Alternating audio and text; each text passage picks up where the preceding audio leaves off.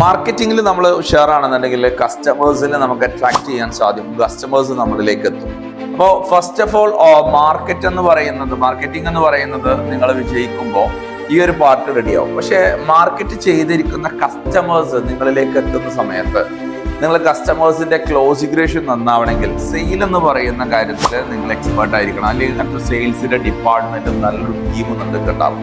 പലപ്പോഴും സംഭവിക്കുക, മാർക്കറ്റിംഗ് നല്ല എക്സ്പീരിയൻസ് ഉള്ള ആൾക്കാർ അവർ മാർക്കറ്റിംഗ് സക്സസ്ഫുൾ ആവും, സെയിൽസിലേക്ക് എത്തുന്ന സമയത്ത് ഫെയിലിയർ ആവും. അപ്പോൾ നമ്മൾ ഒരിക്കലും അത് മാർക്കറ്റിംഗിന്റെ ഫെയിലിയർ, മാർക്കറ്റിംഗ് വിജയിച്ചിട്ടുണ്ട്, സെയിൽസിന്റെ ടീമില്ല, സെയിൽസിനെ കൺവേർട്ട് ചെയ്തില്ല. അപ്പോൾ അവിടെ എന്താ ചെയ്യാൻ പറ്റുമെന്ന് വെച്ച് കഴിഞ്ഞാൽ ആ ടീമിന് ട്രെയിനിങ് കൊടുത്ത് അവരെ സ്കിൽഡ് ആക്കി മാറ്റാം.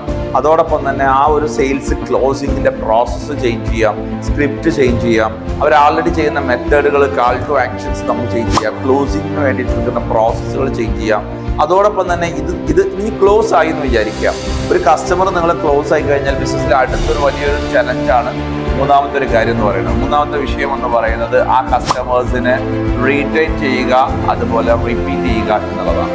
അപ്പൊ കസ്റ്റമേഴ്സിനെ റീറ്റെയിൻ ചെയ്യുക, റിപ്പീറ്റ് ചെയ്യുക എന്ന് പറയുന്നത് അത് സെയിൽസിന്റെ ക്ലോസിംഗ് ആയതുകൊണ്ട് സാധ്യമല്ല. ചില ആളുകളൊക്കെ പറയാറുണ്ട്, ഞങ്ങൾ സെയിൽസ് നല്ല ക്ലോസ് ചെയ്യുന്നുണ്ട്, പക്ഷെ കസ്റ്റമേഴ്സ് പിന്നെ രണ്ടാമത് വരുന്നില്ല. അതിന്റെ കാരണം എന്ന് പറയുന്നത് ഇന്റേണൽ ആയിട്ടുള്ള SOPs കംപ്ലൈന്റ് ആണ്, ഇന്റേണൽ ആയിട്ടുള്ള സിസ്റ്റം പ്രോസസ്സുകൾ കംപ്ലൈന്റ് ആണ്.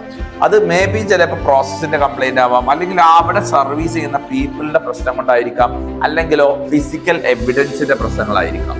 അപ്പൊ ഇത് 3 കാരണങ്ങൾ കൊണ്ട് വരാം. അപ്പൊ അത് കറക്റ്റ് ചെയ്യുക എന്നുള്ളതാണ്. അപ്പൊ ബിസിനസിന്റെ ഉള്ളിൽ ഇങ്ങനെ ഡിഫറെന്റ് ആയിട്ടുള്ള റീസൺസ് വരും ഫെയിലിയേഴ്സിന്റെ. അപ്പൊ ആ ഫെയിലിയർ റീസൺസിനെ നിങ്ങൾ ഒബ്സർവ് ചെയ്യുക, കറക്റ്റ് ചെയ്യുക എന്നുള്ളതാണ് ലേണിംഗിലൂടെ ഉദ്ദേശിക്കുന്നത്. സോ അതുകൊണ്ടാണ് നമ്മൾ എപ്പോഴും പറയുന്നത് ബിസിനസ് മാനേജ്മെന്റ് ലേണിംഗ് വളരെ ഇമ്പോർട്ടന്റ് ആണ്, വളരെ റെലവെന്റ് ആണ്.